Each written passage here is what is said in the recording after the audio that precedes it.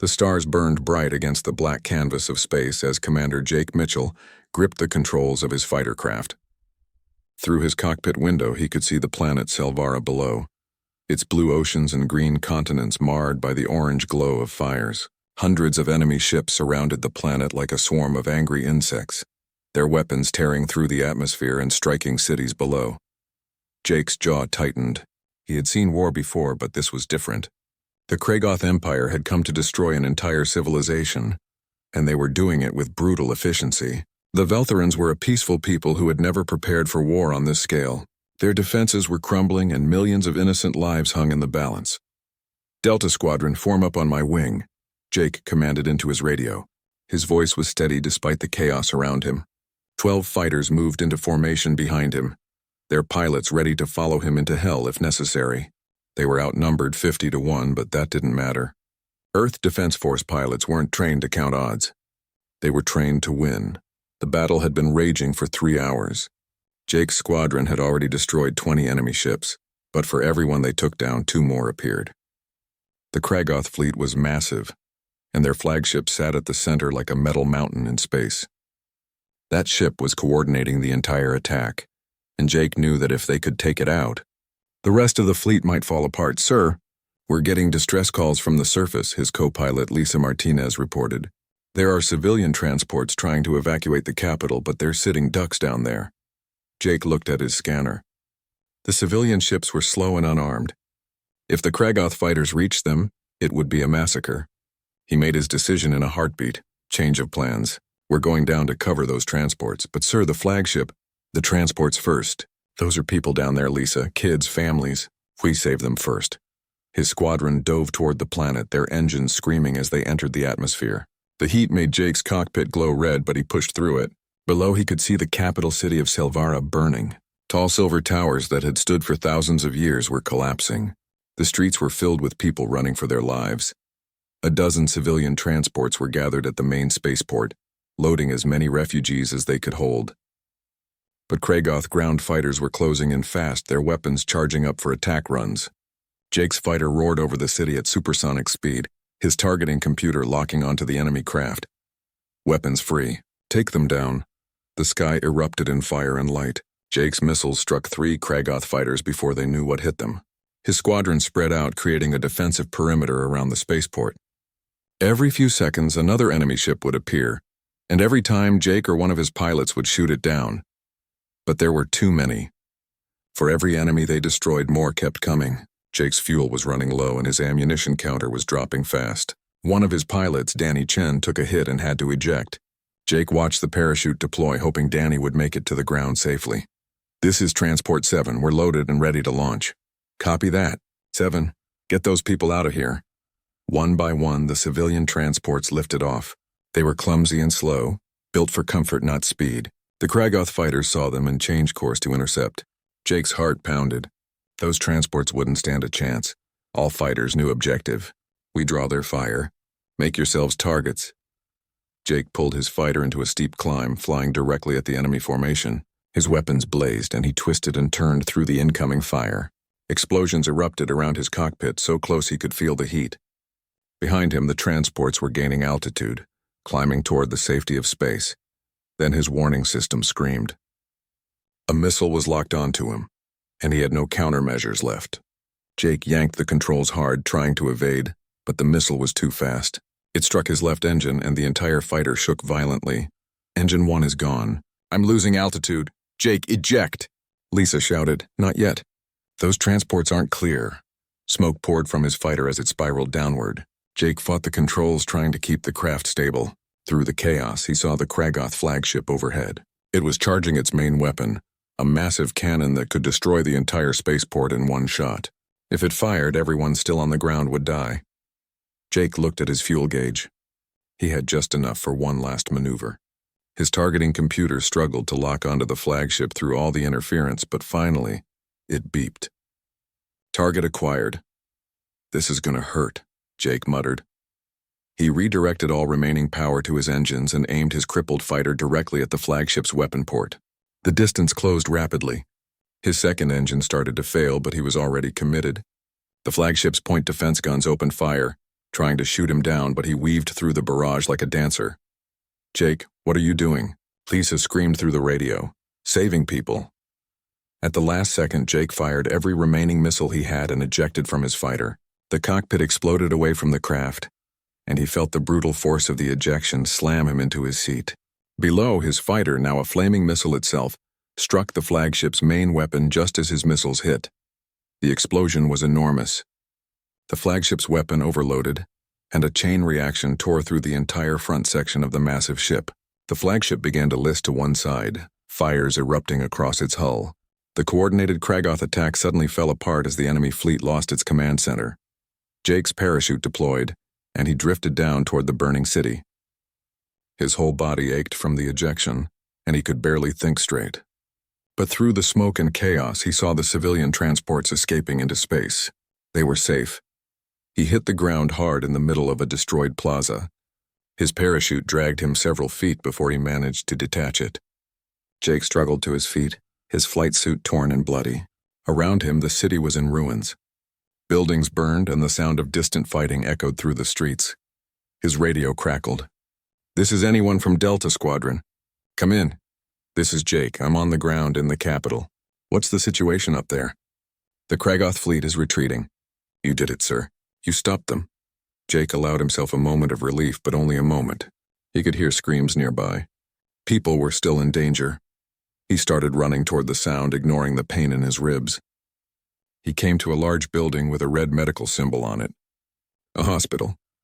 The front entrance was blocked by rubble and smoke poured from the windows. Through the broken glass, he could see people trapped inside, including many who couldn't walk on their own. Kragoth ground soldiers were advancing down the street toward the hospital. They hadn't left with their fleet. These were the ones determined to kill as many Veltherans as possible before they died. Jake still had his sidearm. He checked the magazine. 20 rounds. Not nearly enough, but it would have to do.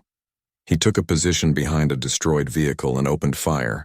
The first Kragoth soldier went down. Then the second. The others took cover and returned fire. Energy bolts sizzled through the air around Jake, melting chunks of metal and concrete. For 6 hours, Jake held that position. Every time the Kragoth soldiers tried to advance, he drove them back. He used every trick he knew, changing positions, using the rubble for cover, making every shot count. When he ran out of ammunition for his pistol, he picked up a Kragoth weapon from a fallen soldier and kept fighting. Medical staff inside the hospital managed to evacuate the patients through a back entrance. Jake saw them leading wounded Veltherans to safety, some being carried, others limping on their own. He had to hold just a little longer. His vision was blurring from exhaustion and blood loss. He had been hit twice, once in the shoulder and once in the leg, but the adrenaline kept him moving. The Kragoth soldiers were getting smarter, flanking him, surrounding his position. He was running out of time and options. Then he heard the beautiful sound of human engines overhead. Earth Defense Force dropships descended from the sky, and soldiers in powered armor hit the ground running. They tore through the Kragoth forces like a hurricane, their weapons making short work of the enemy soldiers. A medic reached Jake just as his legs gave out. "I got you, Commander. You're going to be okay. The hospital, the people, they're safe. You saved them all." Jake's eyes closed. The last thing he heard before darkness took him was the medic calling for emergency evacuation. Far above the planet, in one of the refugee ships that Jake had saved, Princess Lyria sat in a small cabin watching the news feeds. Her elegant features were marked by exhaustion and grief. Her world had been devastated. Her people were scattered across dozens of ships, homeless and terrified, but they were alive. Somehow, impossibly, they were alive. The news showed footage of the battle. A single human fighter craft diving through impossible fire to protect the evacuation ships. The same fighter ramming the Kragoth flagship, destroying its main weapon. The pilots were calling him insane. The reporters were calling him a hero. Then the footage switched to ground cameras. A human soldier in a torn. 3 months had passed since the Battle of Silvara. The war with the Kragoth Empire continued across the galaxy, but the alliance between Earth and the Veltheran Confederacy had grown stronger with each passing day. Together, the two civilizations were holding the line against the enemy advance. Jake Mitchell stood in his apartment on Luna Station, staring at the dress uniform hanging in his closet. The blue fabric was covered in medals and ribbons, more than he had ever expected to earn in his lifetime. Tomorrow he would travel to Selvarra for a formal ceremony, where both governments would honor him for his actions during the battle. He didn't feel like a hero. He felt like a soldier who had done his job. 19 good pilots from his squadron had died that day. Danny Chen had survived his ejection but would never fly again. Every time Jake closed his eyes, he saw their faces. His door chimed. Jake opened it to find his commanding officer, Admiral Patricia Hayes, standing in the hallway with an unusual expression on her face. "Permission to enter, Commander?"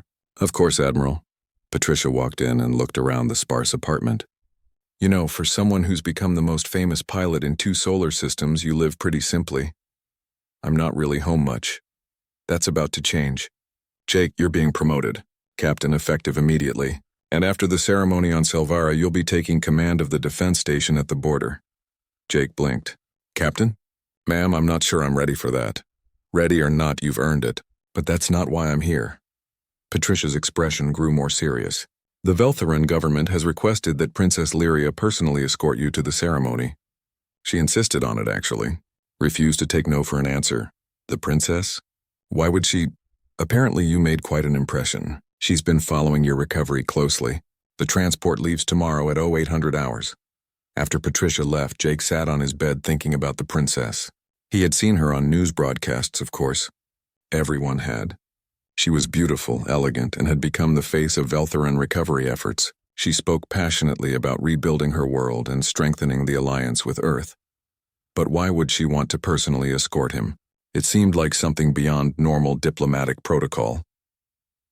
The next morning, Jake arrived at the docking bay in his dress uniform, carrying a small bag with his personal belongings.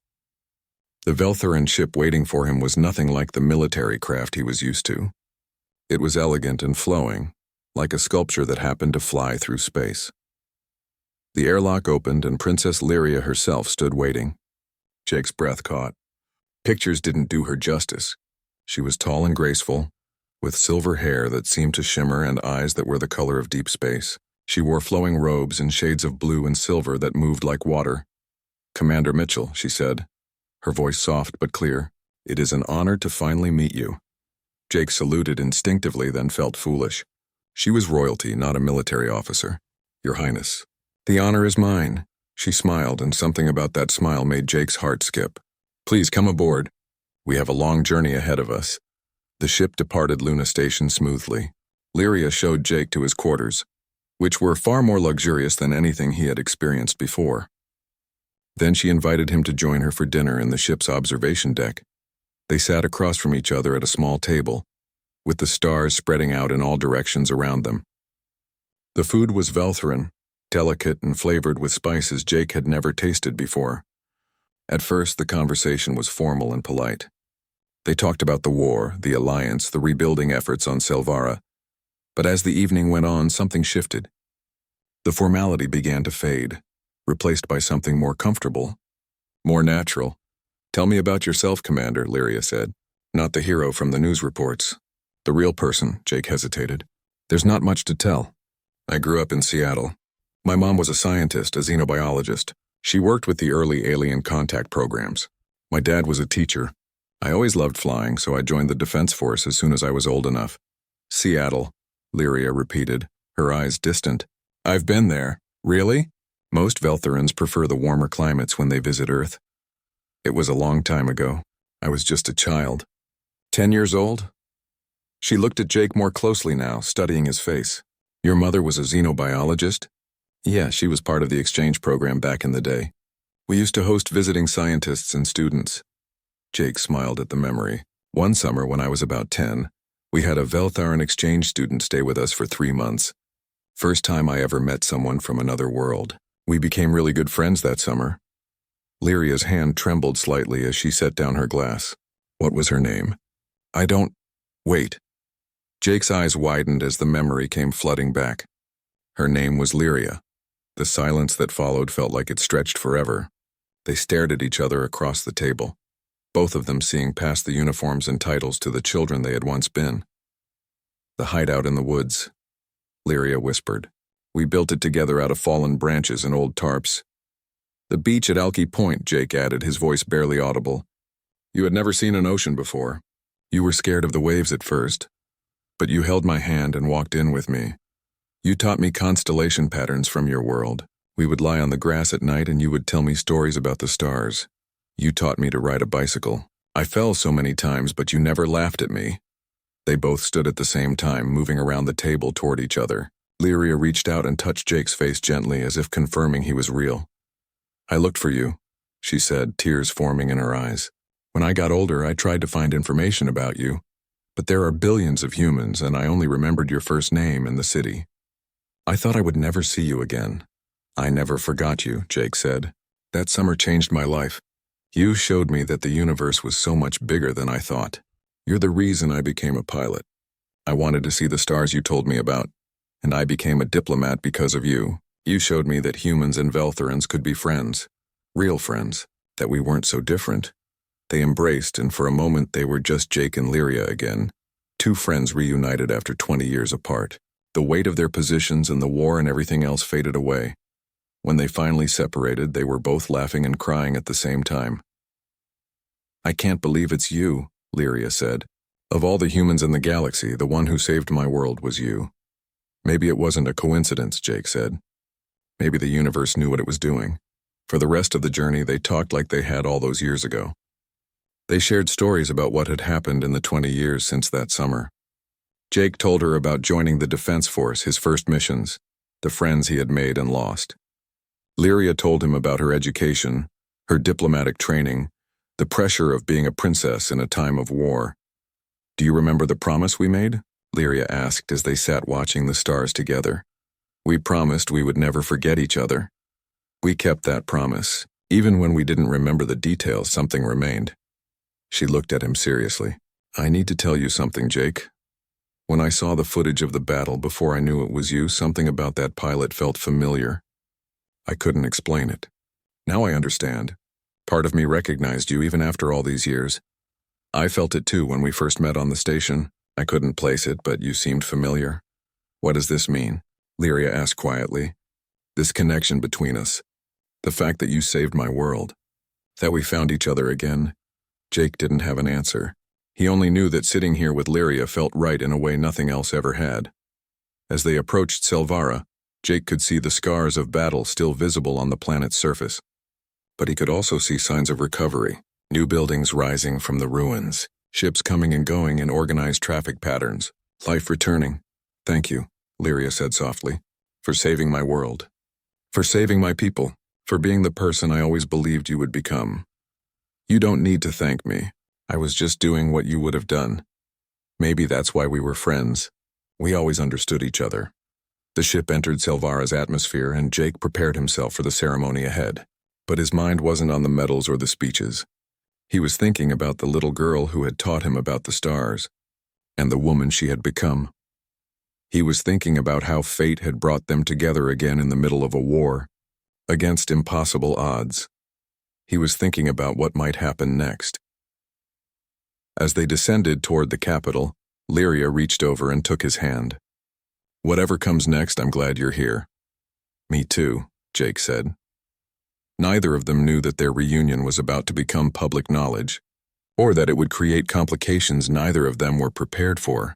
They didn't know that the Kragoth Empire was watching and planning. They didn't know that their childhood friendship was about to be tested in ways they couldn't imagine. All they knew was that they had found each other again, and that felt like a miracle. The ship touched down on the landing platform in the heart of the rebuilt capital. Outside, thousands of Veltharans waited to see the human hero. The news of Jake and Lyria's childhood connection spread across both worlds within hours. The ceremony on Selvarra had gone beautifully, with Jake receiving the highest honors the Veltharan Confederacy could bestow. But afterward, during a pressing conference, a reporter had asked how Jake and the princess seemed so comfortable with each other. Lyria had answered honestly, explaining that they had been childhood friends. The response was immediate and overwhelming. On Earth, the story was celebrated as a beautiful coincidence, proof that the bonds between humans and Veltharans went deeper than politics. News networks ran features about the exchange program that had brought young Lyria to Earth. They interviewed Jake's mother, who still had pictures from that summer 20 years ago. On Selvarra, the reaction was more mixed. Many Veltharans saw it as a sign of destiny, evidence that Jake's heroism was guided by fate, but others were less enthusiastic. Some questioned whether Jake's actions had been influenced by his personal connection to the princess. Conservative members of the Veltharan Council suggested that Lyria was showing favoritism that could damage diplomatic relations.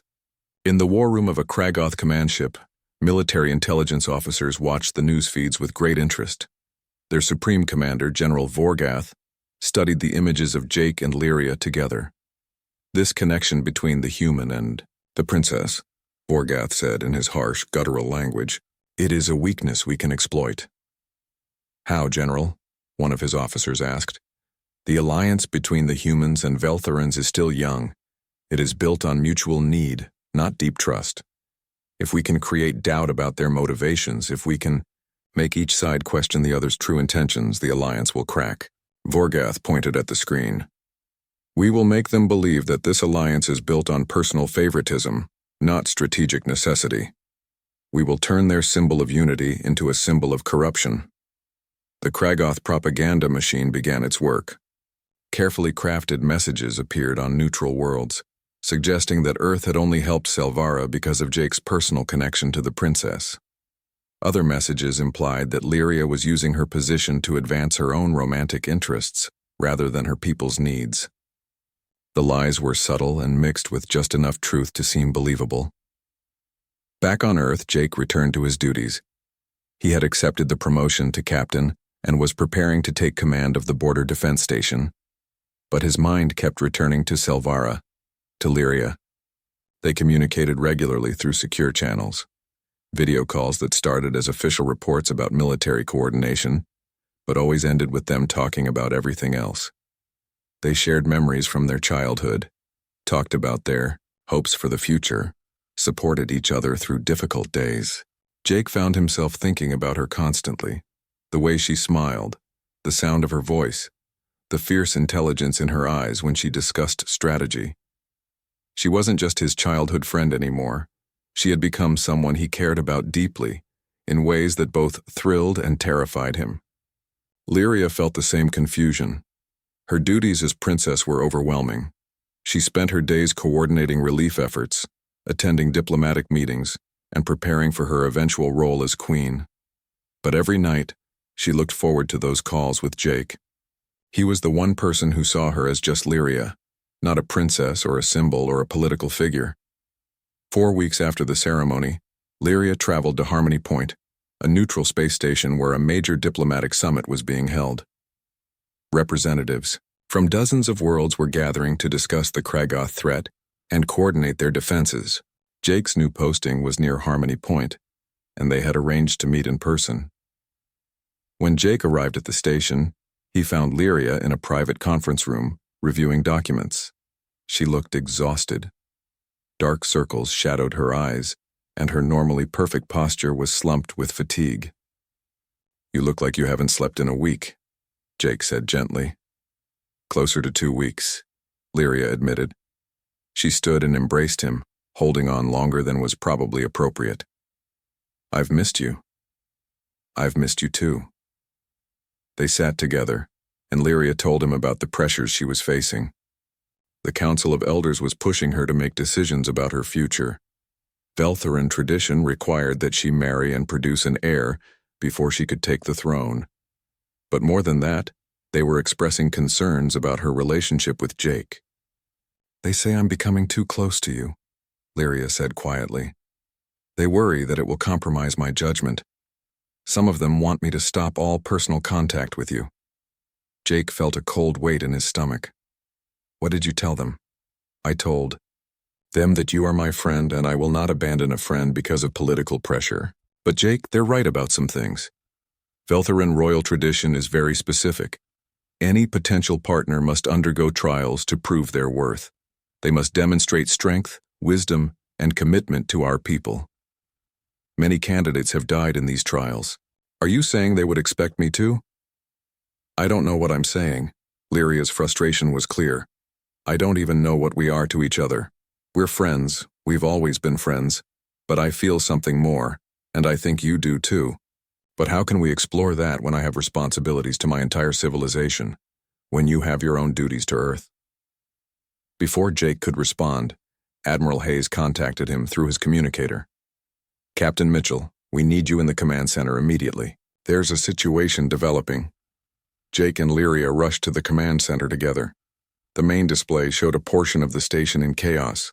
Kragoth saboteurs had infiltrated Harmony Point. They were targeting life support systems and had already set off several explosions. All security forces are responding, the station commander reported. But we have reports of civilian casualties in sectors 7 through 12. Jake turned to Lyria. You need to get to a secure location. No. My people are on this station. I won't hide while they're in danger. Lyria, don't argue with me, Jake. We're wasting time. They moved together through the chaotic corridors. Station security was overwhelmed, and smoke filled the hallways. Jake's military training took over. He led Lyria and a group of civilians toward the emergency shelters, his weapon drawn and ready. They encountered a group of Kragoth saboteurs in Sector 9. The enemy soldiers opened fire immediately. Jake pushed Lyria behind cover and returned fire, taking down 2 of the attackers. But there were 6 more, and they were heavily armed. Stay down, Jake ordered, moving to flank the enemy position. But Lyria wasn't the type to hide. She had been trained in combat, just like all members of the Veltharan royal family. She drew her own weapon and provided covering fire, allowing Jake to advance. Together they fought with an instinctive coordination that surprised them both. They moved as one unit, each anticipating the other's actions. When Jake moved left, Lyria covered right. When she advanced, he protected her. It was like their minds were connected, each knowing what the other would do before they did it. The battle was intense but brief. The Kragoth saboteurs were well trained, but they hadn't expected coordinated resistance from a human soldier and a Veltharan princess. Within minutes, all 6 were down. Jake checked on Lyria. Are you hurt? I'm fine. You? I'm okay. He smiled despite the situation. You're pretty good in a fight. Royal training. We're not just pretty faces. They continued helping civilians reach safety, working alongside station security to contain the sabotage. For 3 hours they fought side by side through the smoke and chaos. Every time Jake turned around, Lyria was there. Every time she was in danger, Jake was there to protect her.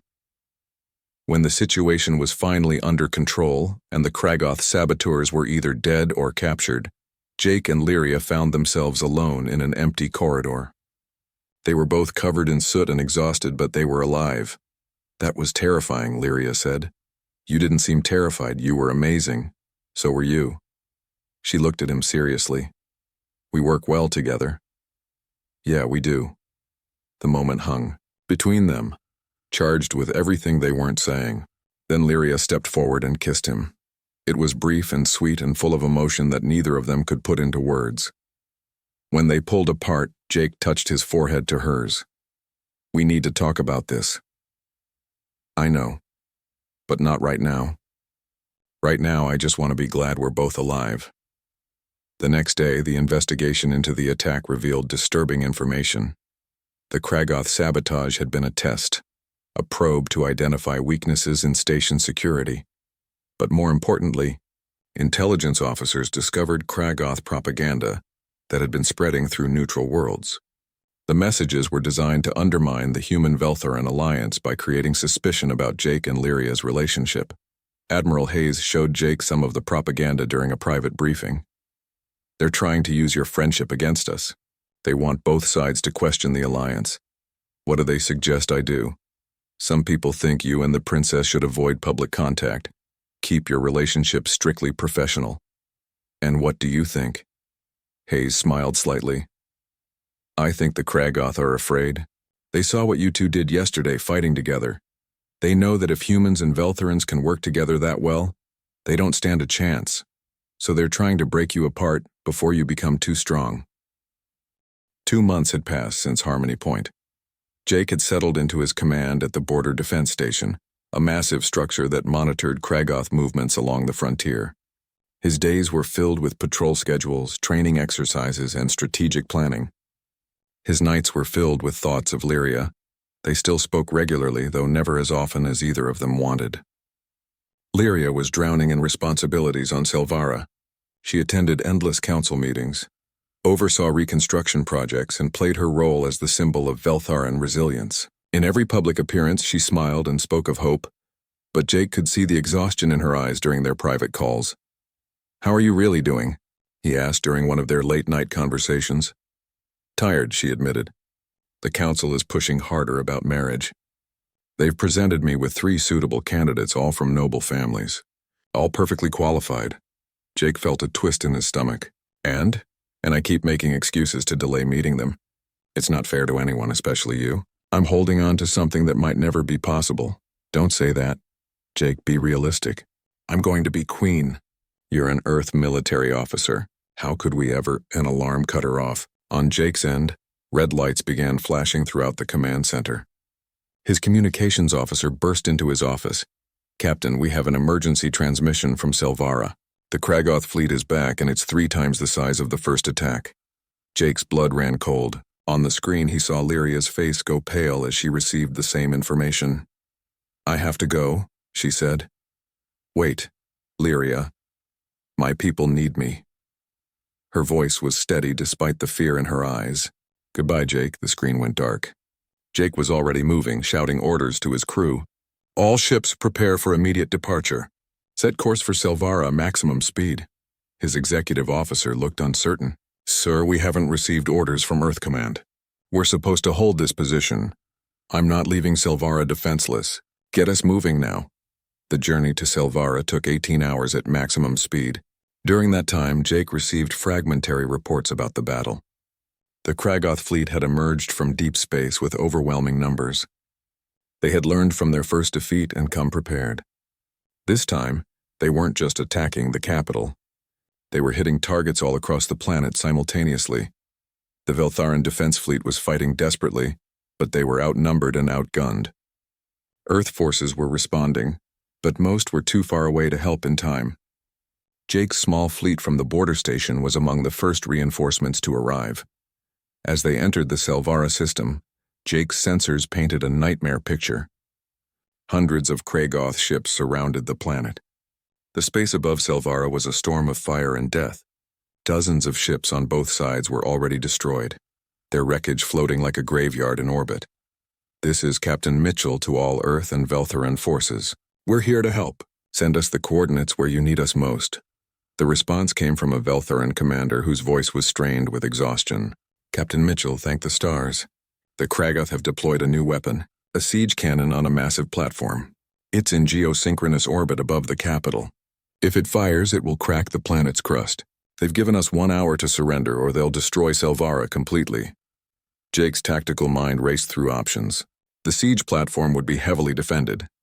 A frontal assault would be suicide. But if they didn't stop it, millions would die. "Where is Princess Lyria?" Jake asked. "She's in the orbital command station coordinating the defense. But Captain, she's ordered us not to attempt an assault on the siege platform. She says the risk is too great." "Connect me to her." Lyria's face appeared on his screen. She was in a military command center, surrounded by displays showing the battle. Her expression was a mixture of relief and worry when she saw him. "Jake, you shouldn't be here. This isn't your fight." "Yes, it is. Tell me about this siege weapon." "It's massive, and it's protected by their best ships. Any attack will be a one-way trip. I won't ask people to die on a suicide mission. What if I told you I have a way to stop it?" "Jake, no. I know what you're thinking, and I won't let you do it again. You almost died last time, and I'd do it again in a heartbeat. Lyria, this is what I do. This is what I'm good at. Trust me." She stared at him through the screen, and he could see the conflict in her eyes. Finally, she nodded. "What do you need?" "I need you to coordinate with me. My ships will create a diversion, but I'm going to need someone managing the battlefield, moving forces to cover my approach. Someone who knows Kragoth tactics and can anticipate their responses. You want me to be your tactical coordinator? I want you to be my partner. Like at Harmony Point, we work well together, remember?" A small smile crossed her face despite the dire situation.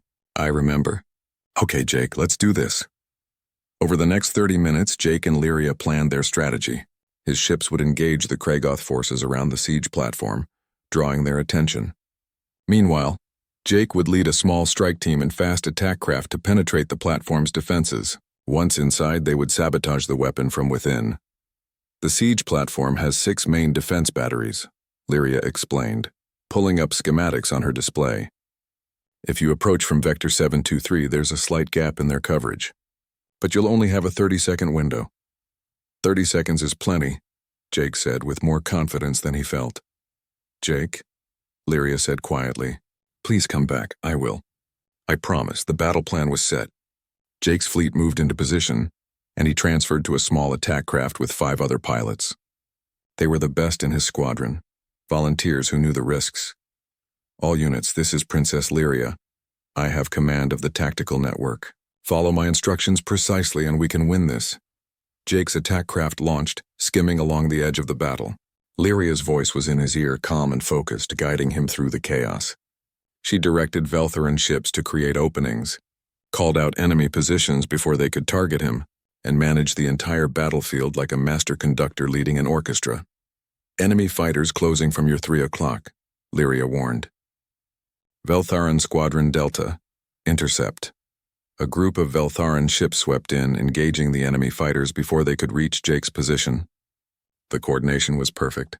Jake felt a surge of admiration for Lyria's tactical brilliance. Approaching the gap in their defenses, Jake reported. Everyone ready? His team confirmed. On Lyria's mark, they accelerated toward the siege platform. Enemy fire erupted around them, but they were moving too fast and too unpredictably to hit. Jake counted down the seconds, 20, 15, 10. Now, Jake, go now. They shot through the gap in the defenses and slammed against the siege platform's hull. Magnetic clamps engaged, holding them in place. Jake and his team quickly exited their craft and used cutting torches to breach the hull. Inside the platform, they found themselves in a massive facility. The siege weapon took up most of the structure, a cannon so large it seemed impossible that it could exist. Kragoth soldiers were everywhere. Lyria, we're in. What's our route to the power core? Uploading the path to your display now. Jake, they know you're inside. They're sending all available troops to stop you. The fight through the platform was brutal. Jake's team moved fast, using explosives and their superior training to cut through resistance. But they were taking casualties. One pilot went down, then another. By the time they reached the power core, only Jake and 2 others remained. The power core was a massive chamber filled with energy conduits and control systems. Jake immediately started setting charges on the critical systems. But the platform's commander, a massive Kragoth warrior named Thalgren, entered the chamber with a squad of elite guards. Lyria, we've got a problem, Jake said, drawing his weapon. I see them on thermal. Jake, that's War Master Thalgren. He's never been defeated in combat. There's a first time for everything. The battle was fierce. Jake's remaining team members fell quickly, leaving him alone against Thalgren and his guards. Jake fought with everything he had, using the environment, the narrow corridors, every trick he knew. He managed to take down the guards, but Thalgren seemed unstoppable. The Kragoth War Master was huge, fast, and incredibly skilled. He drove Jake back step by step toward the edge of the chamber. Jake's weapon was running out of ammunition. He was bleeding from multiple wounds. This was it. He was going to die here. Then Lyria's voice came through his communicator. Jake, the charges. The sequence is complete. Just activate them. But I won't have time to escape. Yes, you will. Trust me. Jake dodged another attack from Thalgren and dove for the control panel. His fingers flew across the controls, activating the explosive sequence. Thalgren roared and charged at him, but Jake rolled away at the last second. Charges armed. 30 seconds to detonation. Jake, get to the western airlock. Now, he ran. Thalgren pursued, but the explosions were already starting. Sections of the power core began to fail, sending cascades of energy through the chamber. Jake reached the western airlock just as Lyria's voice came through again. Veltharan rescue craft is at your position. Jump! Jake hit the airlock controls and leaped into space. For a terrifying. The Kragoth retreat was complete within 12 hours. Their fleet scattered across the system, many ships fleeing into deep space while others tried to regroup. But the combined Earth-Veltharan forces pursued them relentlessly. This time, there would be no chance for the enemy to recover and attack again. Jake spent those 12 hours in the medical bay of the command station, getting his wounds treated. Nothing was life-threatening, but he had burns, cuts, and 3 cracked ribs. The doctor, an elderly Veltheran named Corin, patched him up while shaking his head. "You humans are either incredibly brave or incredibly foolish," Corin said. "Sometimes I think both." Lyria visited him as soon as the doctors allowed it. She looked exhausted but relieved. When she entered the room, Jake tried to stand at attention despite his injuries. "Don't you dare," she said, gently pushing him back down. "You've done enough for one day. Is the planet secure?" "Yes, the ground forces surrendered once their fleet ran. We're processing prisoners and beginning damage assessment, but the capital is safe. The whole planet is safe because of you." "Because of us," Jake corrected again. "Your tactical coordination was perfect. I've never worked with anyone who understood battlefield flow like you do." Lyria sat beside his bed, taking his hand. "We do work well together."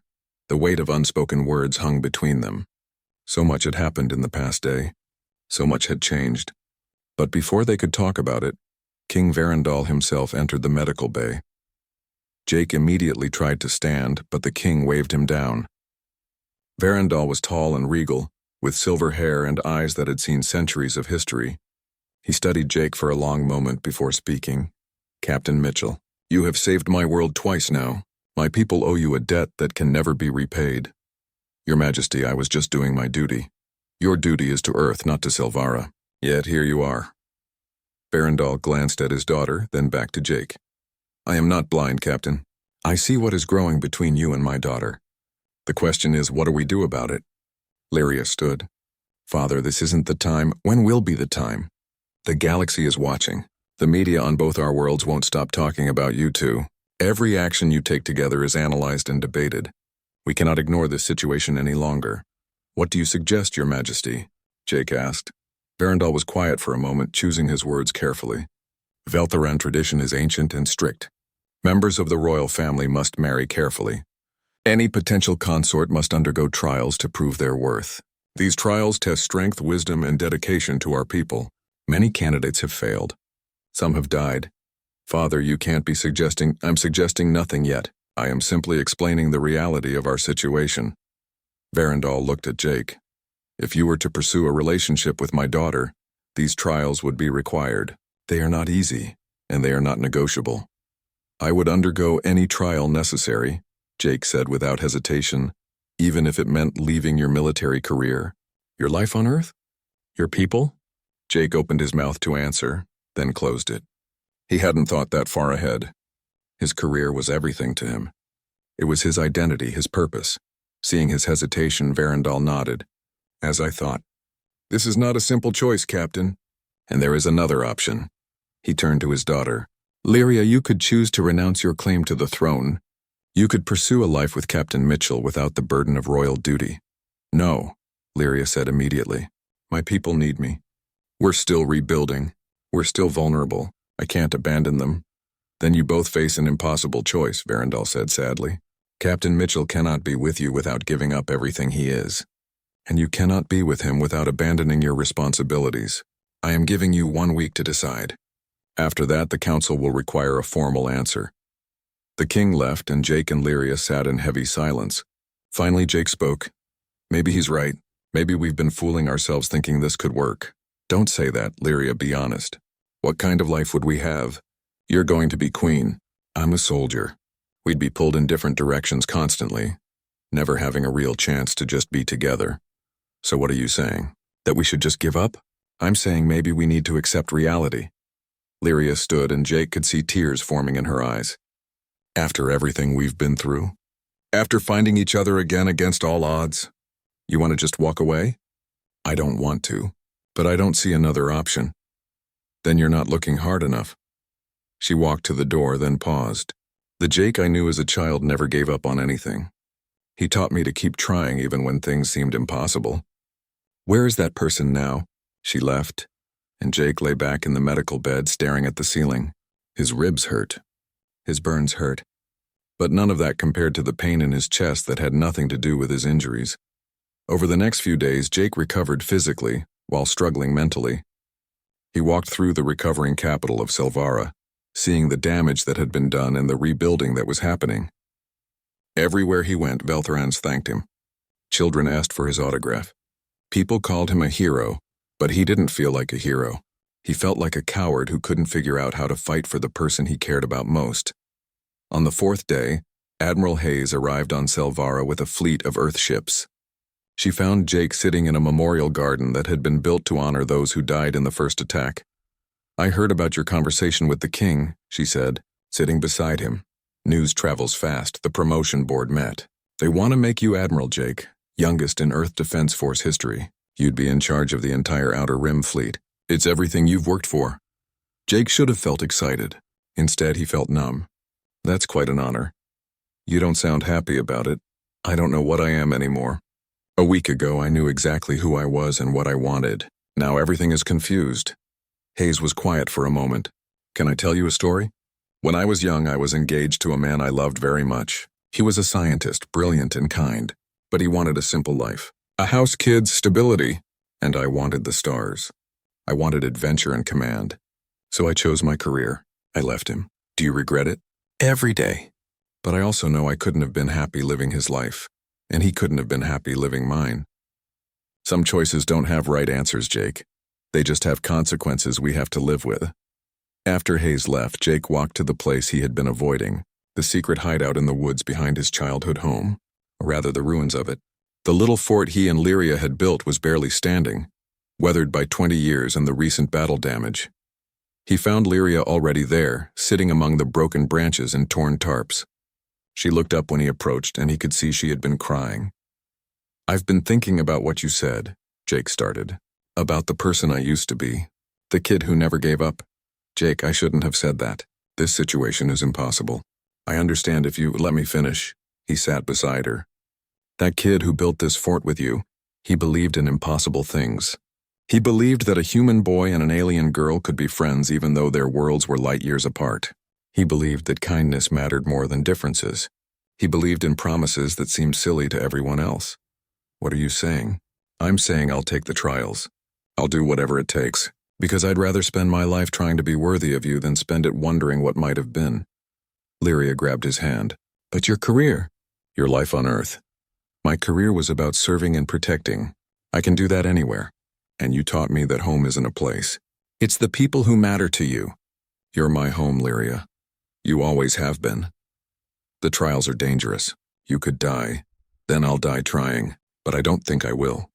Because I'll have you there cheering me on, just like you did when you taught me to see the universe differently." They held each other in the ruins of their childhood fort, and for the first time in days, both of them felt hope. The next day, they presented their decision to King Verandal and the council. Jake would remain on Selvarra and begin the traditional trials. Lyria would continue her preparations to eventually lead her people, and together, they would work to strengthen the alliance between their worlds. The announcement created a media sensation on both Earth and Selvarra. Some people celebrated it, others questioned it. But Jake and Lyria didn't care about public opinion. They were focused on the future they were building together. The story jumped forward 5 years. The war with the Kragoth Empire had finally ended. The combined forces of Earth, Selvarra, and a dozen other allied worlds had pushed the enemy back, liberating conquered systems and forcing a surrender. Admiral Jake Mitchell commanded the joint fleet that won the final battle. "Yes, Admiral." Jake had completed the trials, proving his worth through tests of combat, wisdom, and dedication to the Veltheran people. It hadn't been easy. He had nearly died twice. But with Lyria's support and his own determination, he had succeeded. The council had accepted him, and Veltheran law had been changed to allow him to serve in Earth's military, while also holding a position of honor in Veltheran society. Now, standing on the bridge of his flagship as it entered Selvarra's orbit, Jake looked at the planet he had saved twice and now called home. The